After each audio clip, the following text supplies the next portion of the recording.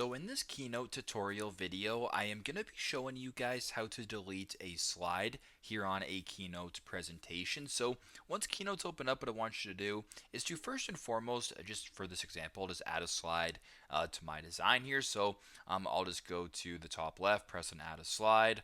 I'll add a new slide right here of this photo. Now if you wanted to delete it, the simplest way is to go to the left hand side of your screen, press on the slide that you want to delete. So if I wanted to delete this slide, this first slide right here, you can simply just press delete on your keyboard and it's now deleted. So that's one way you can do that. But if you wanted to do another way, let's just go back and add this.